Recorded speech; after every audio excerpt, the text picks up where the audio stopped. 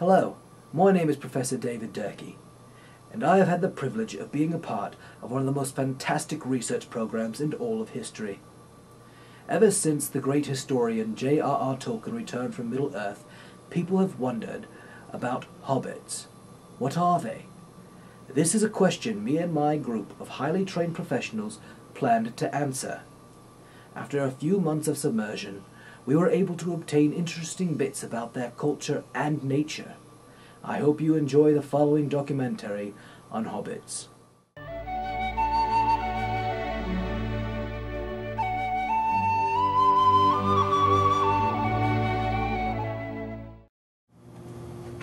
Oh, hello. When most people hear that hobbits live in holes in the ground, they think of dirt, worms, and darkness. Of actuality, hobbit homes are cozy and quaint. This classic illustration depicting the historical night that dwarves and Gandalf visited famous hobbit Bilbo Baggins shows the warmness of hobbit homes and hospitality.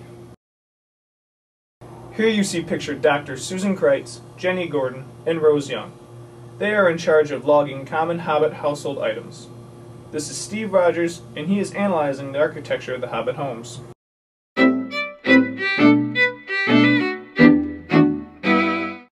Creeping, as you call it, is a necessary skill of survival when you really break it down.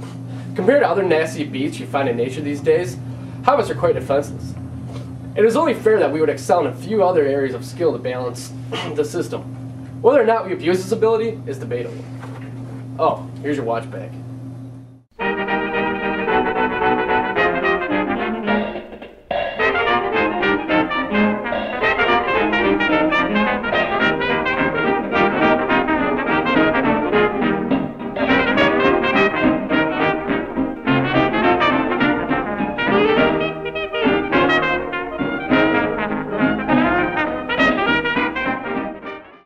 We are welcoming Hurley Footwood to clear up an old hobbit myth. Hurley is a hobbit of 22 years. According to Tolkien's historical account of Bilbo Baggins' adventures, that hobbit was particularly lucky in many situations. In fact, Bilbo even stated that he began to trust his luck more than he did in the old days. A belief that has developed from this is that all hobbits are naturally lucky. Can you comment on this? Are all hobbits lucky? I don't know. Are, all black people thieves? I don't know, do all, fat people like, just eating everything in sight? And no. I mean, they say we make our own luck or something like that. I'm just as lucky as any average human. You can say I'm just as human as you. Dollar. You say I'm lucky. I say I just found a random dollar on the ground. I don't know. It is unknown to people from our Earth of what a hobbit's trade is. How do a people so small provide for themselves in such a big world? Uh, crops. Crops are a thing. If you're not growing crops, you don't know jack, because crops are what's up. I had this huge, like, 20-foot pumpkin, like in, what do you call those things? Diameters. That's what you all use anyway. Anyway, it's a huge, huge pumpkin, but I lost that competition to Timble Proudfoot. But I mean, who takes the time to grow a 40-foot potato? And for that matter, how do you even know that it was a rock? It was something. Whatever. But we take, clearly we just like, you know, growing crops. It's our thing. Like, we have competitions every year. Another good thing we're really good at, you know, good crops equals good malt, which equals great ale. You know, the one thing people never do with Hobbits ale is throw it out. You know, you don't see that with, you know, other people's beers. Ew, I don't want that one. No, you want Hobbit ale. You want it. One thing I will say that all Hobbits are good at is throwing rocks. You'd think we kick rocks, but no, we throw them. And it's pretty awesome because we can throw them so hard that you can just knock the snot just out of any animal. An instant game. There you go. So actually, we're so good at that, we even have rock throwing competitions, which, Timble, I will be in, and I will beat you, Timble.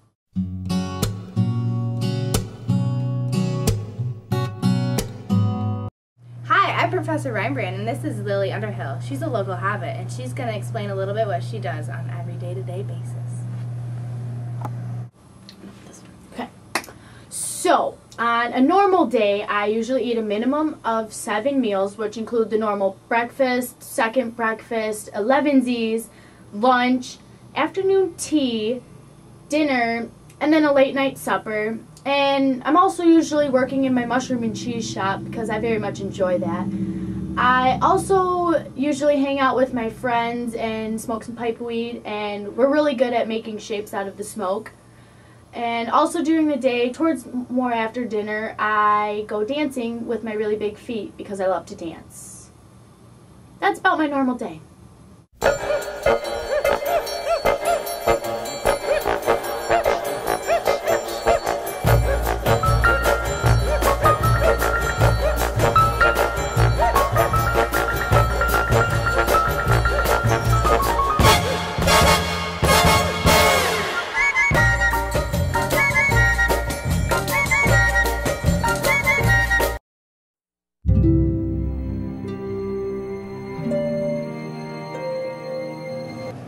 Hello everyone, I am Hobbit historian Henrietta Hawkins from Harvard University. Today I will be sharing some information I have learned about the Took family. Hobbits are a very peaceful people who very much dislike adventure. However, the Took family was notorious for adventure taking.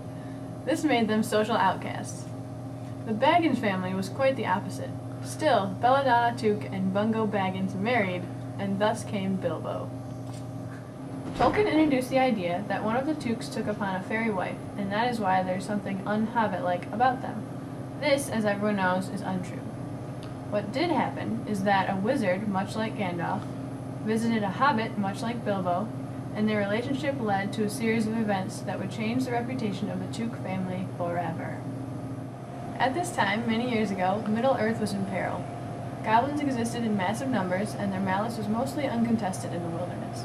The wizard of the time, who seems eerily similar to Gandalf, recognized the potential of Dungo Took. Fortunately for the innocent residents of Middle-earth, Dungo was able to retrieve the Sphere of Gaia. The wizard restored balance with the sphere and rewarded Dungo Took handsomely with rare gems. This story is by no means the end of the Took family's adventures, but I have run out of time to share more. I have a meeting with Hurley Footwood in 10 minutes. Thank you for watching! Well, our adventure with Hobbits is at an end. I would like to thank each member of my team for their hard work. Also, thank you Timble Proudfoot, Hurley Footwood, and Lily Underhill for all of your hard work and cooperation.